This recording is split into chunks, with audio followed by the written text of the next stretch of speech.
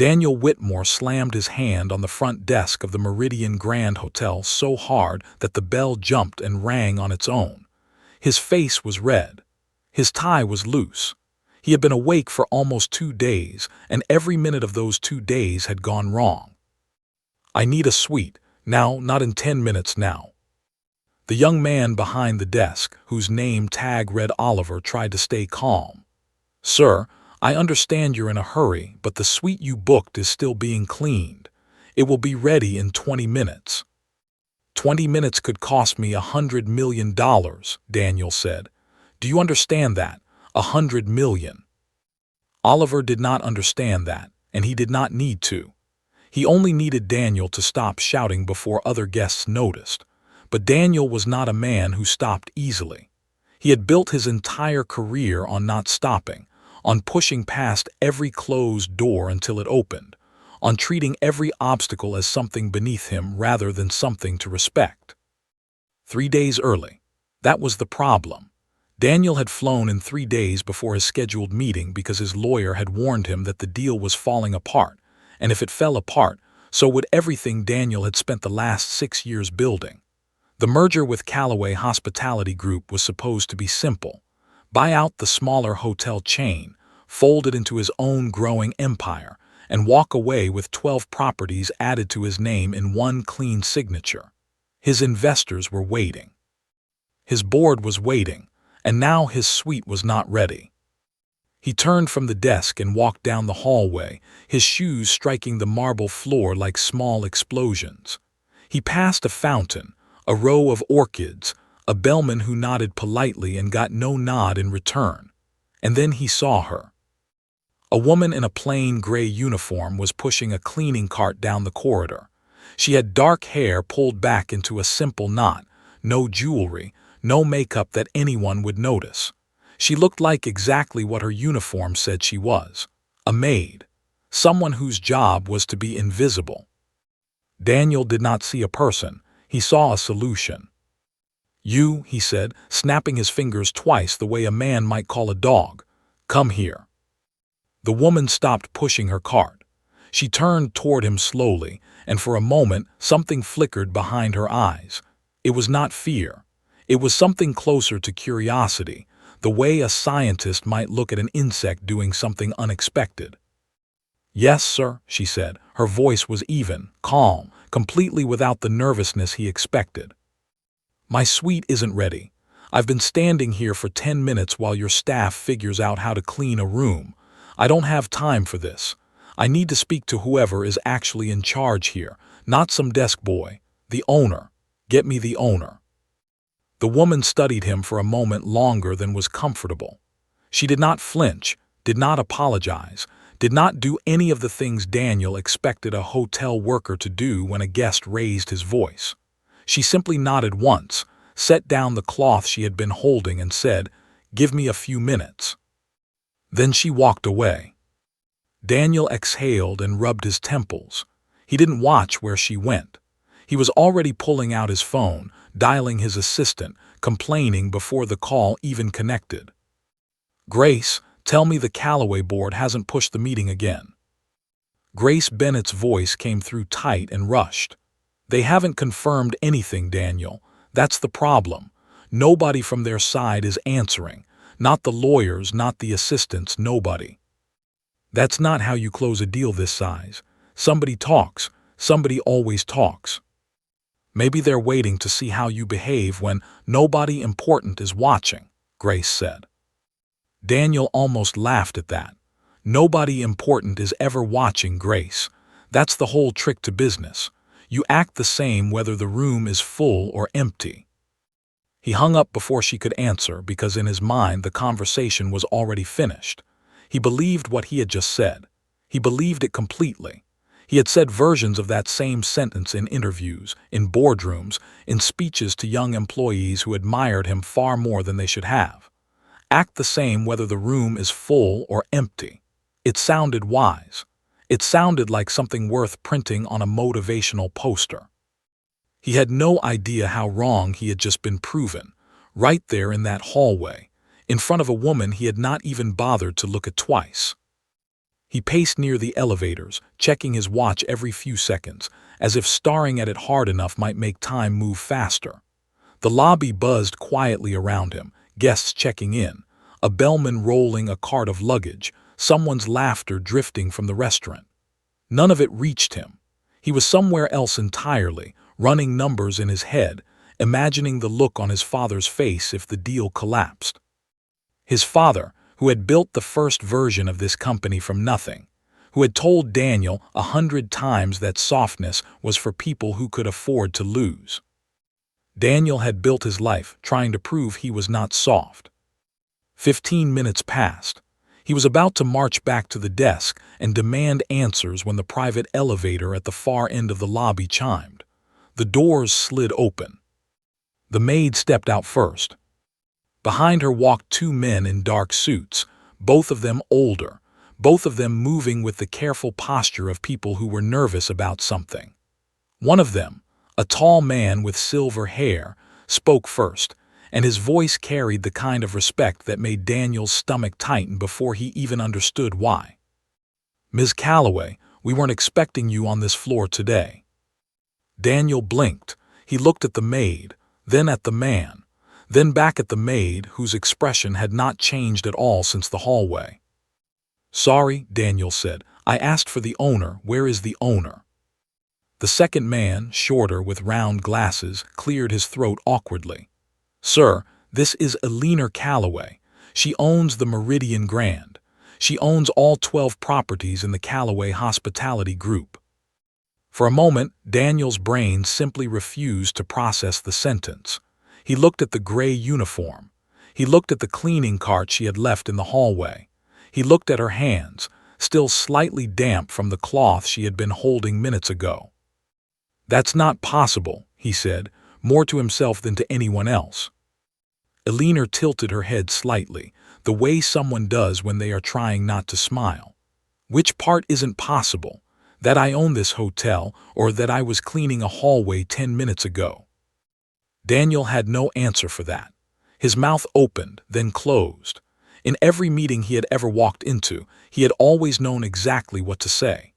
He had built a reputation on being the fastest talker in any room, the man who could turn a losing argument into a winning one with nothing but confidence and volume. But right now, standing in the lobby of a hotel he was trying to help absorb into his empire, he had nothing. "I didn't know," he finally managed. "No," Eleanor said quietly, "you didn't."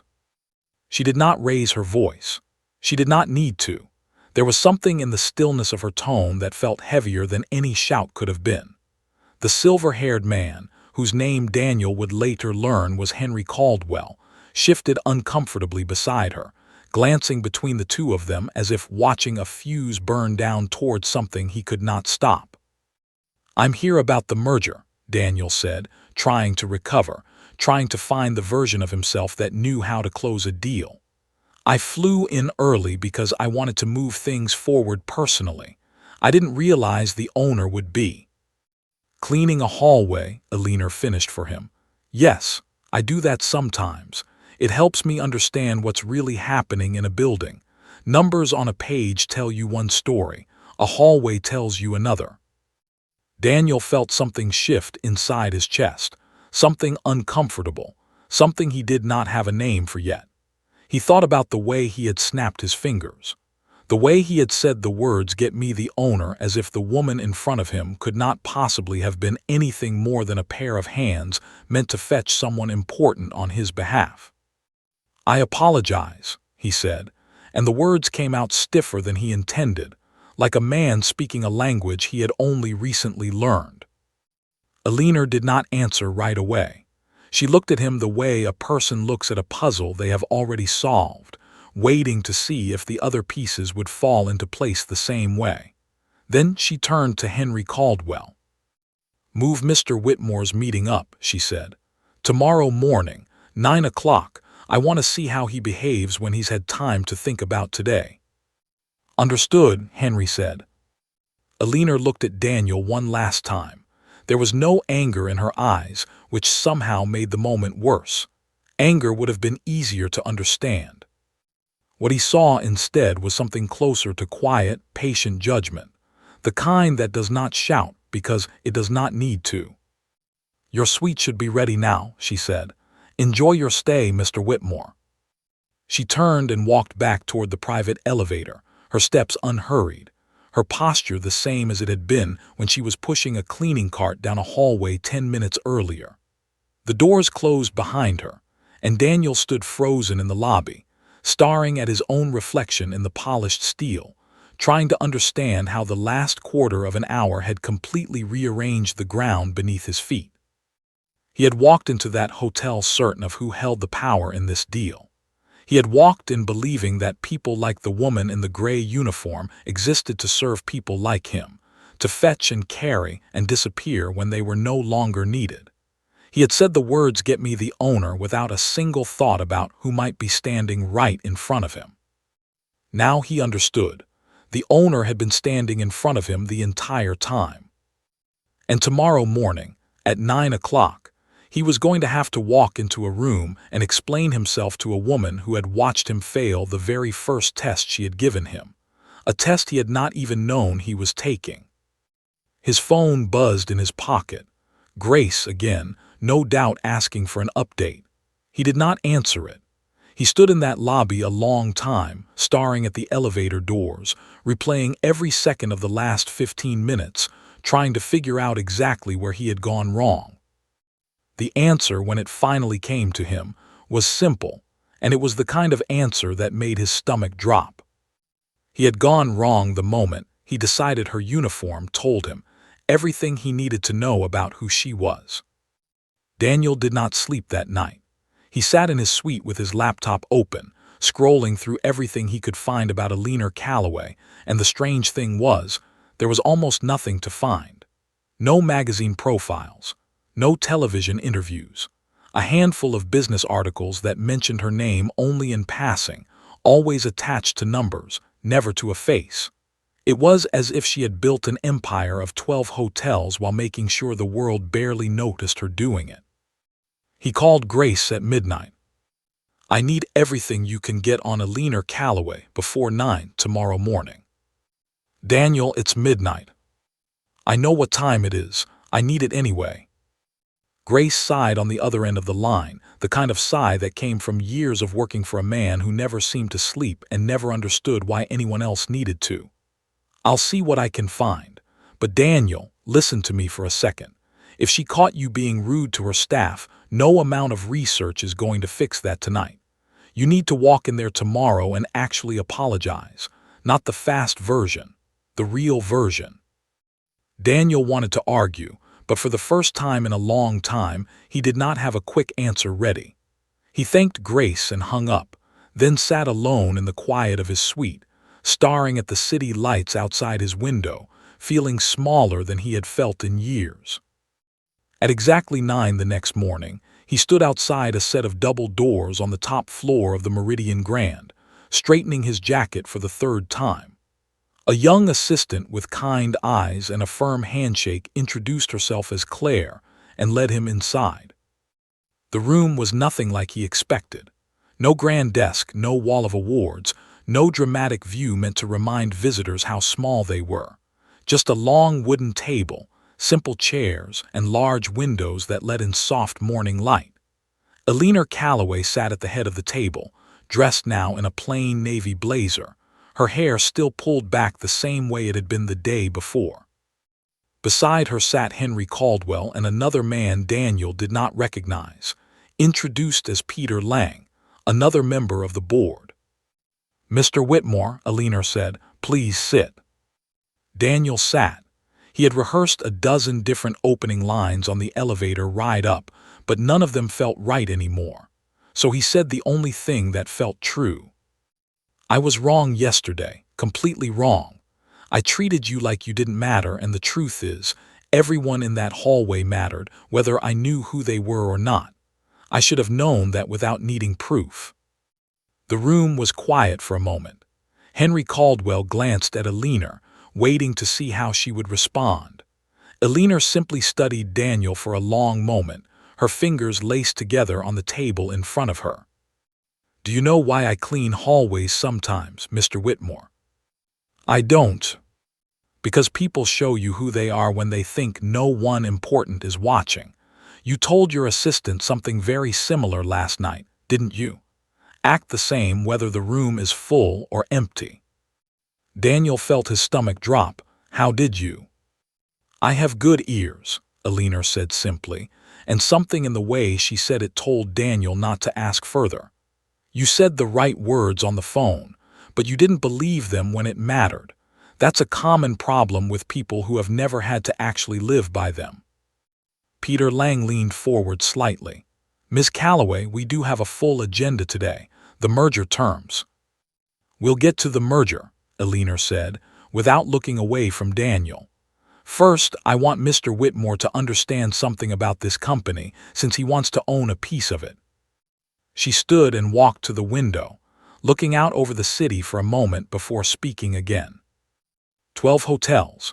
Do you know how many of those started as failing properties that other companies wanted to tear down? 9. 9 of the 12 were buildings other investors had already given up on.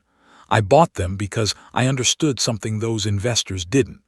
A hotel isn't really about the building. It's about the people who work inside it, and the people who work inside it will only care about their jobs if someone shows them they're cared for first. Daniel listened carefully, aware that this was not simply a story. It was a test disguised as a story, and he had already failed one test in the last 24 hours. He did not intend to fail another. So the question I have for you, Alina continued, turning back to face him, is what happens to those people if your company absorbs mine? Do they keep their jobs? Do they keep their training programs? Or do they become numbers on a spreadsheet that someone in a different city decides to cut in order to raise a profit margin by 2%? Daniel opened his mouth to answer quickly, the way he always did, and then stopped himself.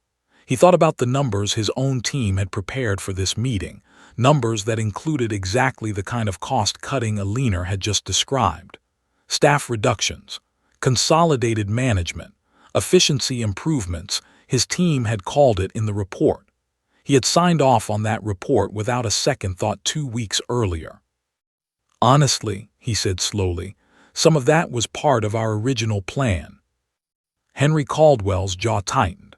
Peter Lang shook his head slightly, but Alina's expression did not change at all. If anything, she looked almost pleased that he had told the truth instead of the version he thought she wanted to hear. At least you're honest, she said. That's rarer than you'd think in this business. I can change the plan, Daniel said, and this time his voice carried none of the arrogance from the day before. I can go back to my team and rework the terms, keep the staff, keep the training programs. I know that costs more in the short term, but you're worried what your investors will say, Alina finished for him. Yes. Then let me ask you something else, Mr. Whitmore. What matters more to you? What your investors say about this quarter's numbers, or what you'll be able to say about yourself in 20 years? The question landed harder than Daniel expected. He thought about his father again, the man who had built the original company, the man who used to say that softness was for people who could afford to lose. His father had also, in his final years, sat alone in a large empty house because every relationship he had ever built along the way had been sacrificed for one more percentage point of growth. Daniel had told himself for years that he was different from his father. Sitting in that room, he was no longer sure that was true. I want to be able to say I built something worth being proud of, Daniel said finally, not just something worth a lot of money. Alina nodded slowly, as if he had passed a test he did not fully understand he was taking. That's a good start, but words are easy, Mr. Whitmore. I've heard 100 men say things like that in this very room. What I care about is what happens after you leave this building. She returned to her seat at the head of the table and opened a folder in front of her. The first real gesture toward business since the meeting had begun. I'm not saying yes to this merger today, she said. And I'm not saying no. What I'm going to do is give you 30 days. In that time, I want you to spend real hours inside my properties, not as the owner's guest, as a member of staff.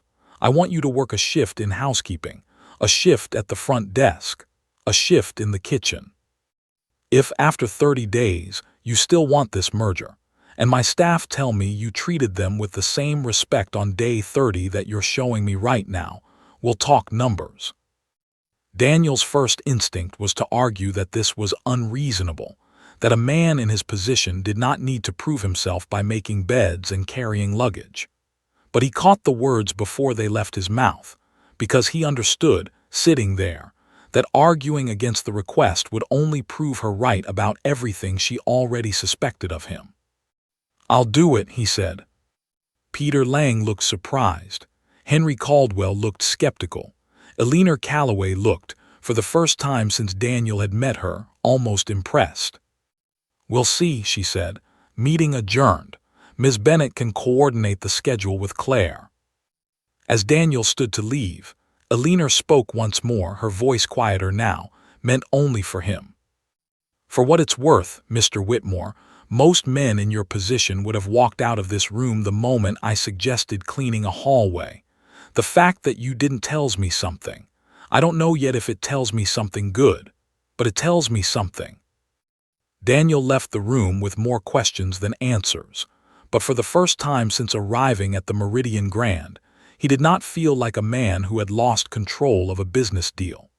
He felt like a man who had accidentally stumbled into the first honest conversation he had experienced in years, and strangely, despite everything, he did not want to walk away from it. Outside in the hallway, Grace was waiting for him, arms crossed, phone in hand. "Well," she asked. "I start working housekeeping shifts on Monday," Daniel said. Grace stared at him for a long moment, waiting for the joke. When it did not come, she laughed anyway, but there was something warmer in it than usual. "I never thought I'd see the day." "Neither did I," Daniel admitted. What neither of them knew yet was that the 30 days ahead would reveal far more than Daniel's ability to fold towels or carry trays. They would reveal a much larger problem hiding inside his own company, one that had nothing to do with hotels at all, and everything to do with a man named Victor Sinclair, who had been watching this merger from a distance with plans of his own. Monday morning, Daniel stood in a small housekeeping office on the 4th floor of the Meridian Grand, wearing a gray uniform very similar to the one Eleanor had worn the day they met. A woman named Margaret Ellis, the housekeeping supervisor, looked him up and down with an expression that made it clear she had already heard exactly who he was and exactly what he had said in that hallway 3 days earlier. "You're the one who snapped his fingers at Ms. Calloway," Margaret said. "It was not a question." "I am," Daniel said. There was no point denying it. Word traveled fast in a building like this, and he suspected it had traveled even faster because everyone wanted to see how the story ended. "Well," Margaret said, handing him a cart loaded with cleaning supplies, "let's see if you can push this thing in a straight line." The first hour was harder than Daniel expected. He had grown so used to a life where every task was handled by someone else that the simple act of changing bedsheets left his arms sore within 20 minutes. He fumbled with the vacuum cord, tangled it twice, and dropped an entire tray of small soap bottles in the hallway outside room 411, sending them rolling in every direction while a guest watched from her doorway with quiet amusement. By the end of the first shift, he understood something he had never truly understood before. Despite years of running hotels on paper, he understood how much invisible effort it took to make a room look like nothing had ever happened in it. Every folded corner, every perfectly placed pillow, every spotless mirror was the result of someone's tired arms and aching back, someone whose name most guests would never bother to learn. He thought about all the reports his team had prepared, the ones filled with phrases like operational efficiency and staff optimization. And for the first time, those phrases felt less like smart business language and more like a way of avoiding the truth about what they actually meant. Fewer real people doing more real work for the same amount of money. On the third day, during his front desk shift, he met Nathan Cole, the general manager of the Meridian Grand, a soft-spoken man in his 50s who had worked in hotels his entire adult life. Nathan watched Daniel struggle through a difficult check-in with a frustrated guest, and instead of stepping in immediately, let Daniel work through it himself, only offering quiet advice afterward. "You did fine," Nathan said once the guest had walked away satisfied. "Better than fine, actually. You listened before you spoke. Most people in suits don't do that." "I'm trying," Daniel said. "I can tell." Nathan leaned against the desk, studying him with the calm patience of a man who had seen 100 different kinds of people pass through this lobby. "Can I ask you something? Why are you really doing this? Ms. Calloway could have just said no to the merger. She didn't have to make you work shifts to prove yourself." Daniel thought about the question for a long moment before answering honestly. "I think she's trying to figure out if I'm someone worth trusting with something she spent her whole life building. And honestly, Nathan, I'm starting to wonder the same thing myself." Nathan nodded slowly. "That's a good place to start from." It was during that same week, while Daniel spent his days learning what it meant to actually run a hotel from the ground up, that a very different kind of story was unfolding hundreds of miles away, in a glass office tower that belonged to a man named Victor Sinclair. Victor had been watching the Calloway merger for months, long before Daniel had ever booked his flight to the Meridian Grand. Victor ran a rival hospitality company, smaller than Daniel's but hungrier, and he had spent the last 2 years trying to acquire the Calloway properties himself, always failing, always underestimated by a woman he considered far too cautious for her own good. When Victor learned that Daniel's company had entered serious talks with a leaner Calloway, something cold and calculating settled behind his eyes. If he could not buy the Calloway hotels directly, perhaps he could make sure nobody else did either, at least not on terms that would leave him standing outside looking in. Victor had a source inside Daniel's own company, a junior analyst named Simon Ward who had been quietly feeding him information for months in exchange for the promise of a much bigger position, once Victor's company grew large enough to make good on it. Simon had access to internal reports, projected numbers, private communications between Daniel and his board. It was Simon who had leaked details of the original merger terms, the very terms filled with staff cuts and consolidated management that a leaner had confronted Daniel about in that first meeting. What Daniel did not yet know was that those leaked terms had reached a leaner's board through an anonymous email 2 days before Daniel had ever arrived at the Meridian Grand. Henry Caldwell had received it quietly, verified enough of the details to believe it was authentic, and passed it along to a leaner without revealing the source. It was one of the reasons a leaner had been so carefully testing Daniel from the very first moment they met. She already suspected what kind of deal his company intended to offer. She simply wanted to see if the man himself was different from the paperwork. Victor's plan did not stop there. He understood that if the merger between Daniel's company and Calloway Hospitality Group fell apart in a public and embarrassing way, it would weaken both companies enough for him to make his own move on individual properties later, buying them one at a time at a discount once the larger deal collapsed and confidence in both companies dropped. To make that happen, Victor needed the collapse to look bad. Not just a quiet decision by a leaner to walk away, but something loud, something that would make headlines and damage Daniel's reputation permanently.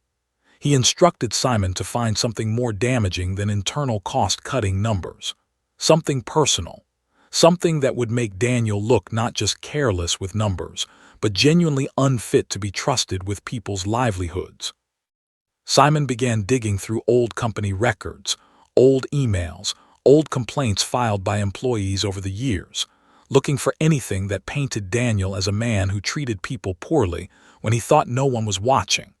It did not take long to find several. A junior employee who had quit after Daniel humiliated her in a meeting 3 years earlier. A contractor who had been fired over the phone without explanation after a disagreement over budget. Small stories, easy to overlook individually, but powerful when gathered together and placed in front of the right journalist. Meanwhile, back at the Meridian Grand, Daniel had no idea any of this was happening. He spent his second week working in the kitchen, learning from a head chef named Diane who ran her station with the discipline of a military officer and the warmth of someone who genuinely loved feeding people.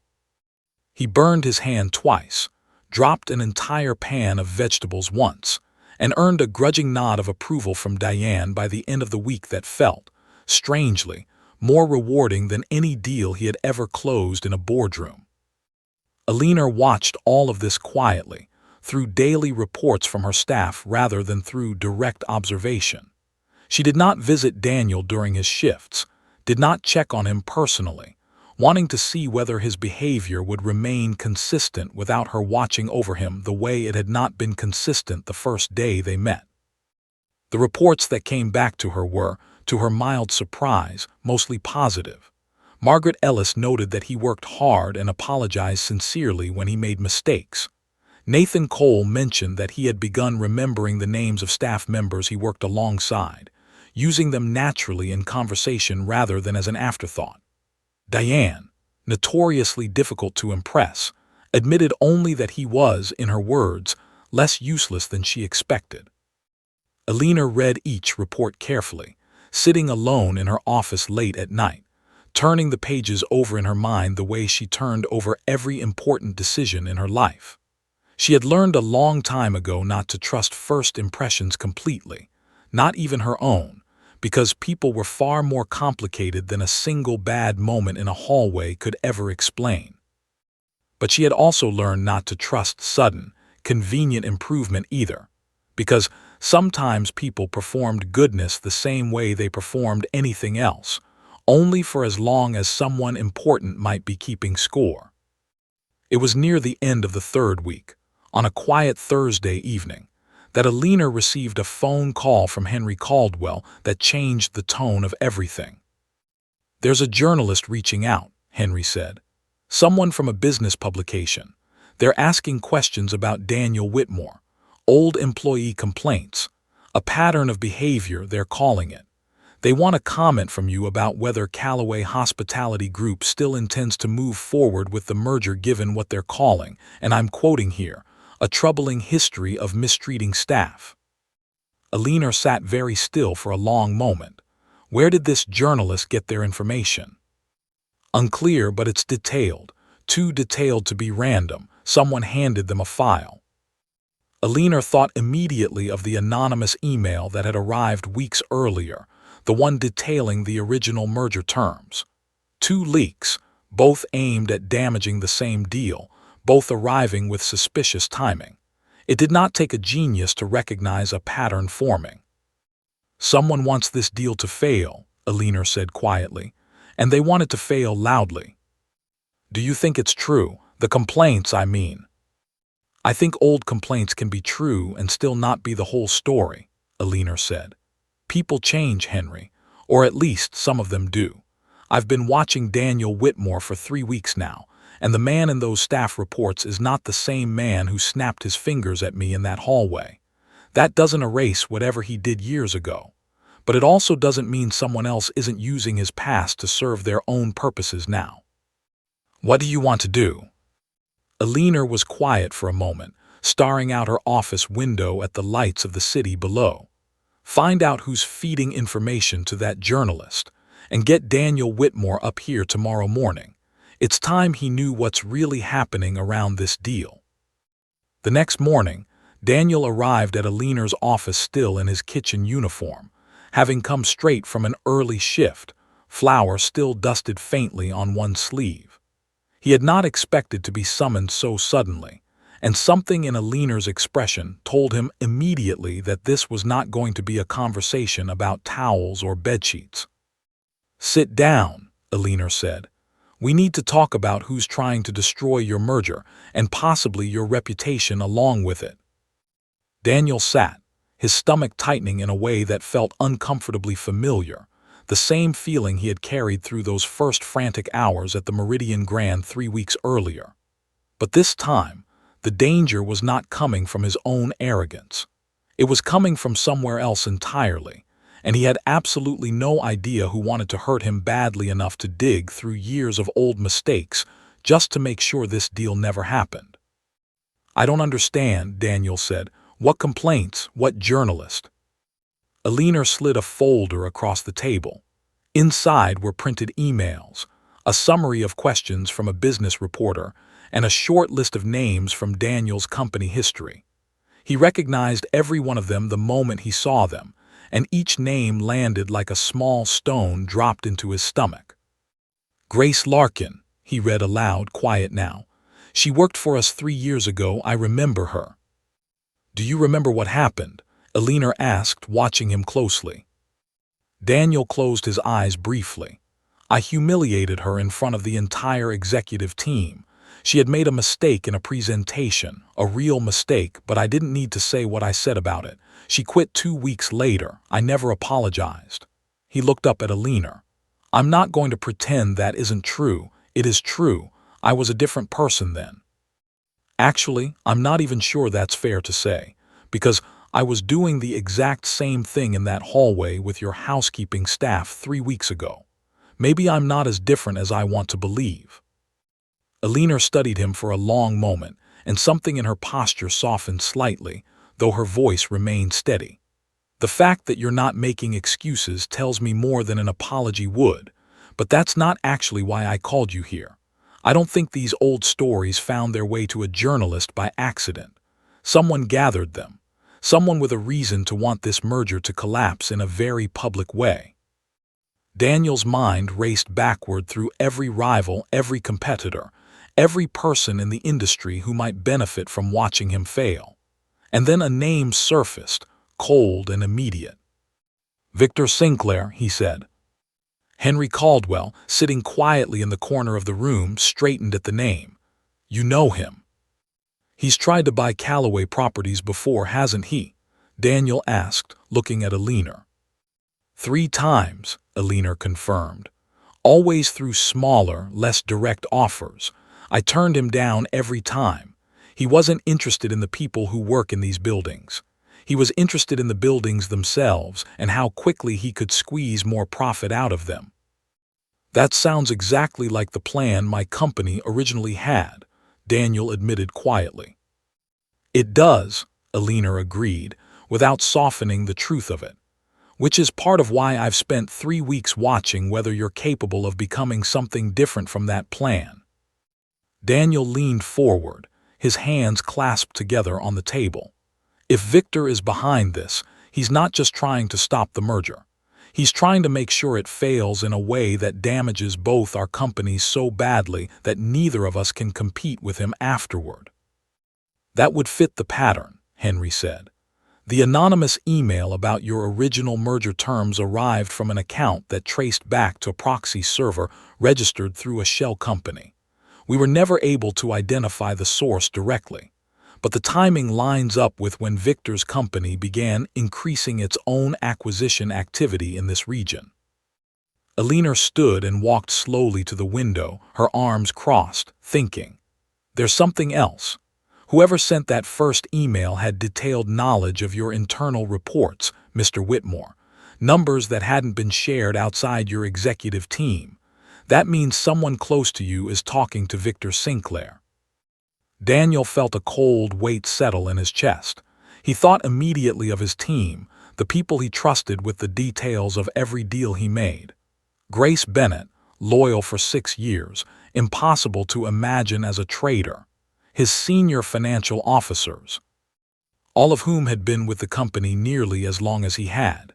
And then, almost as an afterthought, a junior analyst named Simon Ward, hired only 18 months earlier, quiet, ambitious, always eager to prove himself with extra hours and extra reports nobody had asked for. "I think I might know who it is," Daniel said slowly. "But I need to be careful. If I confront the wrong person, I'll tip off whoever the real source is, and they'll cover their tracks before we can prove anything." Alina turned back to face him. "Then we do this carefully. Henry, can your team trace the email header more precisely if we get additional access? Possibly, Henry said.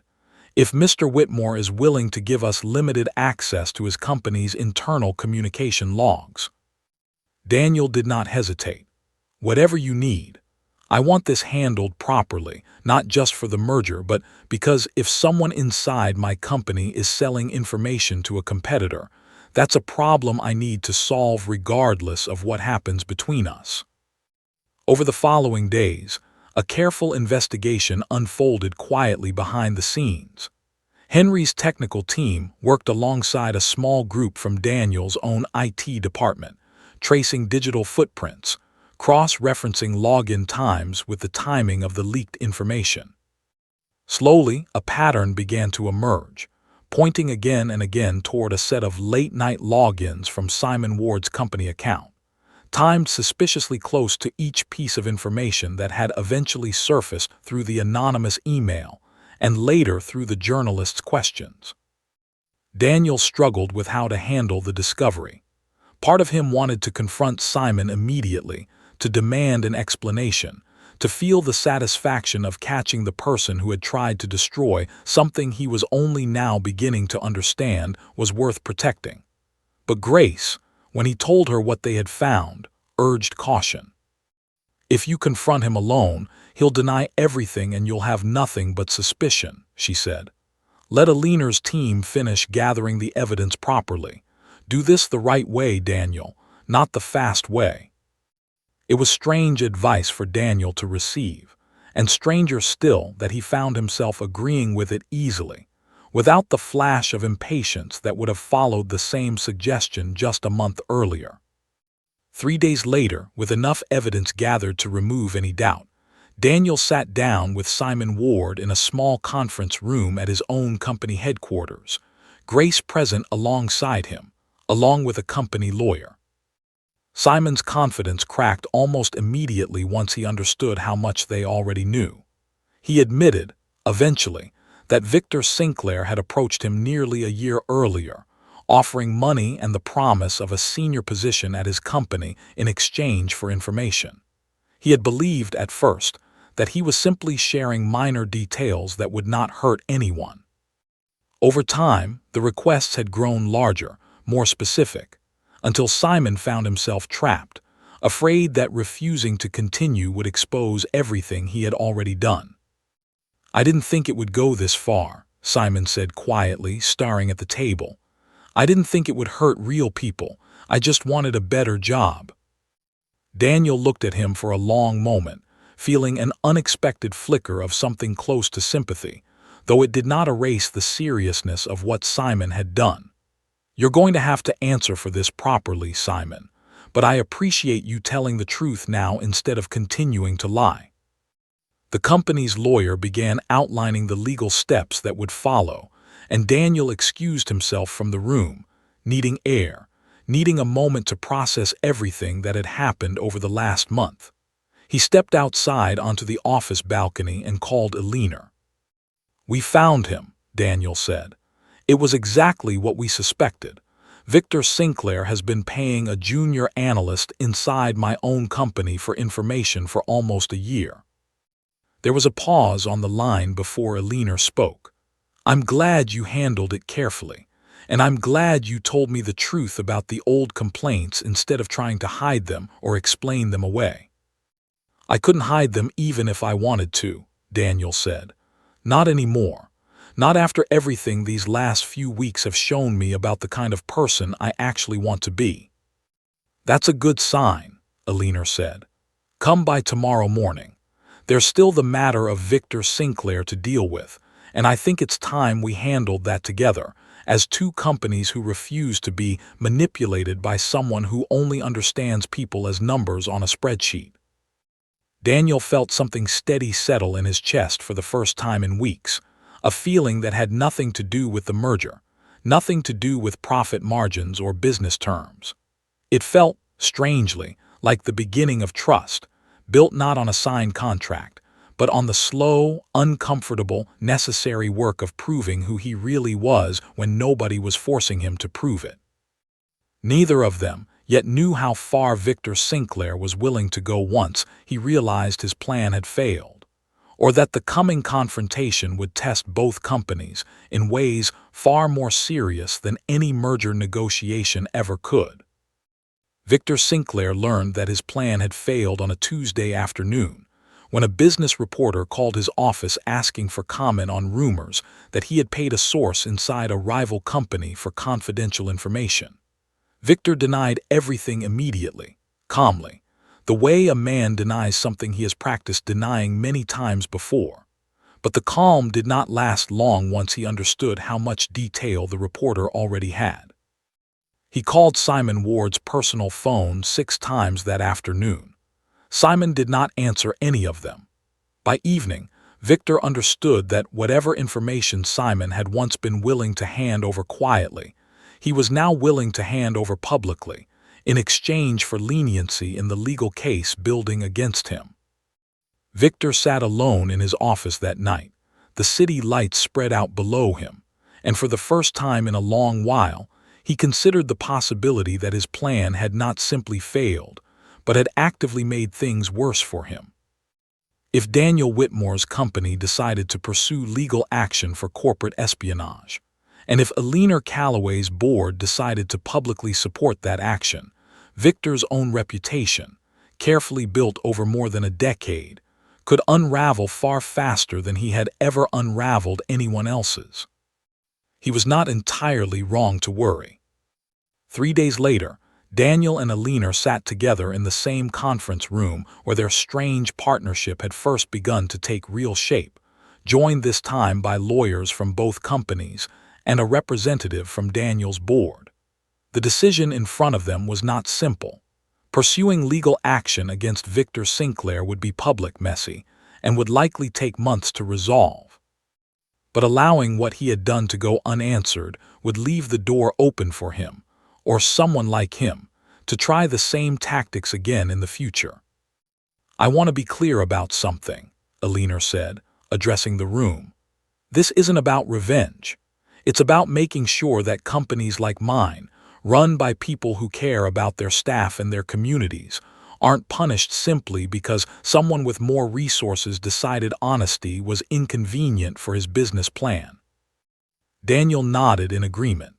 "My company will support whatever legal steps are necessary, and going forward, we're implementing stronger protections for employees who might find themselves in Simon's position, pressured by outside offers before they understand how deep the consequences can go." The legal process that followed was, as expected, long and complicated. Victor Sinclair's company suffered significant damage to its reputation once the details became public, and several of his own investors began quietly withdrawing their support, uncomfortable with being associated with a man whose business practices had crossed so clearly into dishonesty.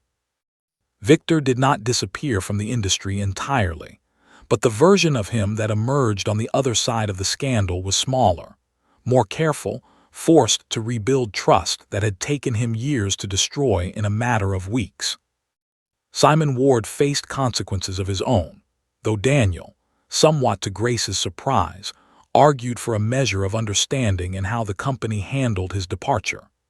Simon lost his job and faced legal penalties for what he had done, but Daniel made sure the company did not attempt to destroy the young man's entire future over one serious mistake made under pressure he should never have been exposed to in the first place. "People deserve the chance to become someone different from their worst decision," Daniel told Grace one afternoon when she questioned his approach. "I know that better than almost anyone right now." As for the merger itself, the 30 days Eleanor had originally requested stretched into nearly 2 months by the time everything with Victor Sinclair had been resolved. When the two of them finally sat down to discuss real terms, the agreement that emerged looked nothing like the original plan Daniel's team had prepared. Staff positions were protected, training programs expanded rather than eliminated. Local management retained real authority over their own properties, instead of answering to distant executives, who had never once walked the halls they were making decisions about. On the day the final papers were signed, Alina invited Daniel to walk through the Meridian Grand with her one last time before the ink had fully dried. They passed the same hallway where they had first met, the same fountain, the same row of orchids. "You know," Alina said, as they walked, "most men in your position would have hired someone else to handle those 30 days. A consultant, a public relations team to manage the appearance of humility while changing nothing underneath." "I thought about it," Daniel admitted, "for about 5 minutes. Then I remembered the look on your face when I asked you to fetch the owner." Alina allowed herself a small smile, rare and genuine. "That look wasn't anger, you know. It was curiosity. I wanted to see what kind of man would say those words to someone he'd never met." "And what did you find?" "A man who was willing to spend 2 months finding out he was wrong about almost everything he believed made him successful." She paused near the elevator, the same private elevator that had carried her down that first afternoon, and the same one that had carried Daniel's certainty away piece by piece ever since. "That's rarer than you'd think." Months later, long after the merger had settled into its new rhythm, long after Simon Ward had begun quietly rebuilding a smaller, more honest career far from the world of corporate secrets, and long after Victor Sinclair had faded into a cautionary story other executives told each other over quiet dinners, Daniel found himself back at the Meridian Grand on an ordinary Tuesday, not for a meeting, not for a negotiation. Simply passing through the city on his way to visit one of the properties now jointly managed by both companies. He noticed a woman in a plain gray uniform pushing a cleaning cart down a hallway on the 9th floor. For a moment, his heart caught in his chest, certain it might be Alina again, testing him one more time. It was not. Just a hotel employee named Laura, humming quietly to herself as she worked, completely unaware of the small piece of history that hallway had once held. Daniel smiled, nodded politely, and said good afternoon before continuing on his way. The way he had learned, slowly and imperfectly, to greet every person in every hallway, whether or not he had any reason to know their name.